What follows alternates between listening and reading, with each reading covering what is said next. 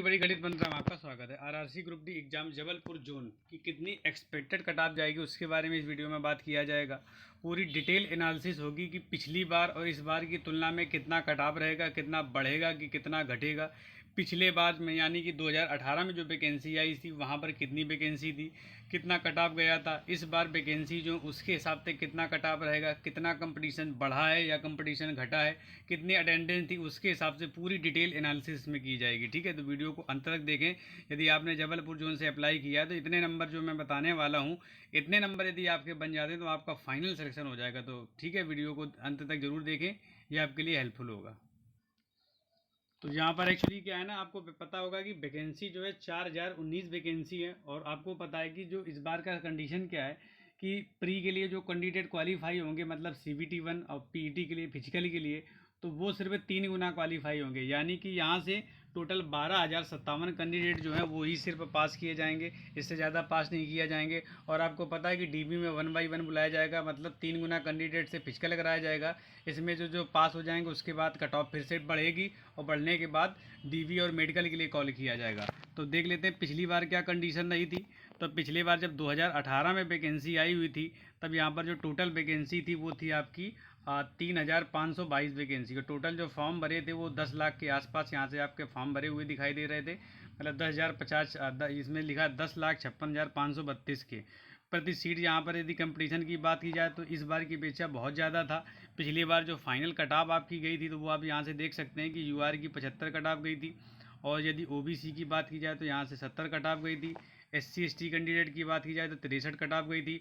और ST की बात की जाए तो यहाँ से 58 कट ऑफ गई थी। और आपको पता है कि पिछली बार का क्या था कि मिक्स सभी जोन का एक साथ में पेपर हो रहा था। इस बार आपको पता है कि किसी फेज़ में 3 जोन है, किसी में 5 जोन है, किसी में 4 जोन है, इस हिसाब से पेपर चल रहा है। दूसरी बात, इस बार जो परसेंटेज मतलब सॉरी नॉर्मलाइजेशन का प्रोसेस है, पिछली बार से क्या था, मतलब वो एवरेज निकालते थे, मतलब हाईएस्ट और मिनिमम, उसके बीच में यदि एवरेज में आप लाई करते हैं तो आपको कम नंबर मिलते थे। एवरेज से जितना एबव आप होते थे उससे अब आपको उतने ही ज़्यादा नंबर मिलते थे। लेकिन इस बार क्या है कि परसेंटाइल बेस्ड आपका नॉर्मलाइजेशन होगा, यानी कि आपका परसेंटाइल निकाला जाएगा। उसके हिसाब से यदि आपका परसेंटाइल कम है तो आपको कम नॉर्मलाइजेशन में अंक दिए जाएंगे, और ज़्यादा है तो थोड़ा सा इंक्रीज होने के चांसेस ज़्यादा हैं। लेकिन फिर भी यदि बात की जाए तो पिछली बार आपने देखा होगा कि बहुत सारे कैंडिडेट ऐसे थे जिनको 15-15, 20-20 नंबर तक नॉर्मलाइजेशन में नंबर बढ़े हुए थे। या आप NTPC का भी पिछले में देख लीजिए, बहुत सारे कैंडिडेट ऐसे जिनके 20-20, 25-25 नंबर बढ़े हुए थे प्री में, तो कट ऑफ अपने आप हाई हो गई थी। पिछली बार जो 2018 वाला रिजल्ट आया था उसमें आपकी जान पहचान में लोग होंगे, हो सकता है कि उनको 30-30 नंबर रिटर्न में मिले हों इंक्रीज होने के बाद में, तो उनका नॉर्मलाइज होने के बाद अच्छा खासा नंबर बन गया हो तो कट ऑफ अपने आप बढ़ जाती है। तो इस बार क्या परसेंटाइल बेस्ड का नॉर्मलाइजेशन है, यानी कि आपको ज़्यादा से ज़्यादा 5 या 10 नंबर से ज़्यादा आपको मिलने वाले नहीं हैं। ठीक है, तो कंपटीशन मतलब तो है लेकिन उतना ज़्यादा नहीं है।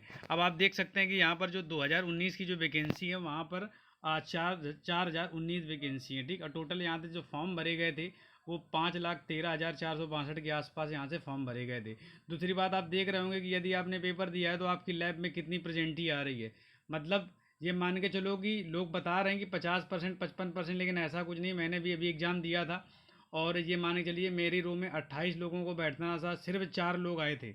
ऐसे आगे पीछे जितनी मुझे रो दिखाई दे रही थी किसी भी रो में ऐसे कोई नहीं था कि एक रो में 10 से 12 कैंडिडेट हो। मतलब प्रेजेंटी जो 30-35% के आसपास जा रही, बहुत सारे कैंडिडेट ऐसे हैं जो पेपर को छोड़ रहे हैं। तो इसका भी इफेक्ट पड़ेगा, बिल्कुल इफेक्ट पड़ेगा भाई। 3-4 साल बाद वैकेंसी का इसका पेपर हो रहा है तो बहुत सारे कैंडिडेट हैं जिन्होंने अप्लाई किया तो वो ऑलरेडी कहीं पर सिलेक्टेड हैं। और यदि वो सिलेक्टेड है तो वो कंपटीशन को बढ़ाते, वो नहीं आए पेपर देने तो कंपटीशन में थोड़ी बहुत कमी मिलेगी। दूसरी बात, पिछले बार जो पेपर आया था वो एक बैलेंस पेपर था। इस बार आप देख रहे हैं कि पेपर का लेवल बहुत अच्छा आ रहा है। मतलब ईजी, किसी शिफ्ट में ऐसा नहीं कि आपको ईजी मिला हो।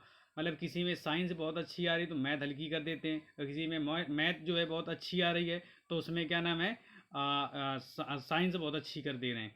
मतलब ओवरऑल इनका पेपर जो है बैलेंस हो रहा है। ऐसा नहीं कि बिल्कुल घटिया पेपर बना रहे हैं, मतलब इजी टू मॉडरेट या मॉडरेट टू हार्ड या मॉडरेट इस शिफ्ट में है। तो यदि आपका पेपर किसी भी शिफ्ट में कोई दिक्कत नहीं, आपने सद के बैलिंग मतलब सद के बैटिंग करी, अच्छे से पेपर किया तो आपका स्कोर बनेगा ही बनेगा। तो ये मान के चलिए कि पिछले बार की अपेक्षा यहाँ पर जो फाइनल कट ऑफ होगी या उस फिजिकली के लिए जो कट ऑफ होगी वो अच्छी खासी डिक्रीज होने के चांसेस हैं। ठीक है, तो देख लेते हैं कितनी कट ऑफ जाने के चांसेस हैं इस बार।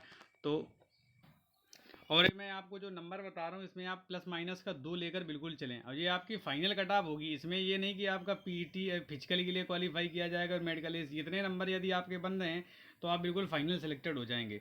तो यूआर यदि आप कैंडिडेट हैं तो ये मान के चलिए आपके 65 to 67 यदि नंबर आपके आ रहे हैं तो ये मान के चलिए कि आपका सिलेक्शन हो जाएगा। ऐसे ओबीसी कैंडिडेट हैं और आपके नंबर 64 से 66 के रेंज में बन जाते हैं विद नॉर्मलाइज्ड कट ऑफ की बात करें, नॉर्मलाइज्ड नंबर हैं ये, क्योंकि आपको पता है कि नॉर्मलाइजेशन में बढ़ जाता है नंबर, बढ़ेंगे नहीं। अब यदि बात की जाए ईडब्ल्यूएस कैंडिडेट की तो आप देख सकते हैं कि ईडब्ल्यूएस का जो कट ऑफ है वो 62 से 64 के बीच यदि आपके नंबर आ जाते हैं तो आप सेलेक्ट हो जाएंगे।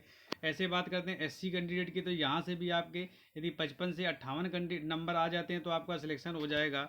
ऐसे एसटी कैंडिडेट की बात की जाए तो एसटी कैंडिडेट यदि 50 से 52 नंबर तक भी स्कोर कर लेते हैं तो भी इनका सिलेक्शन हो जाएगा। इससे यदि आपके प्लस माइनस 2 नंबर हैं, प्लस के भी 2 हैं तो बहुत अच्छा है, और यदि माइनस के भी 2 नंबर बन रहे हैं, मतलब अभी तो आपके नॉर्मलाइज नंबर आया नहीं क्योंकि आप रिटर्न दे रहे होंगे और किसी न किसी चैनल के माध्यम से चेक कर रहे होंगे।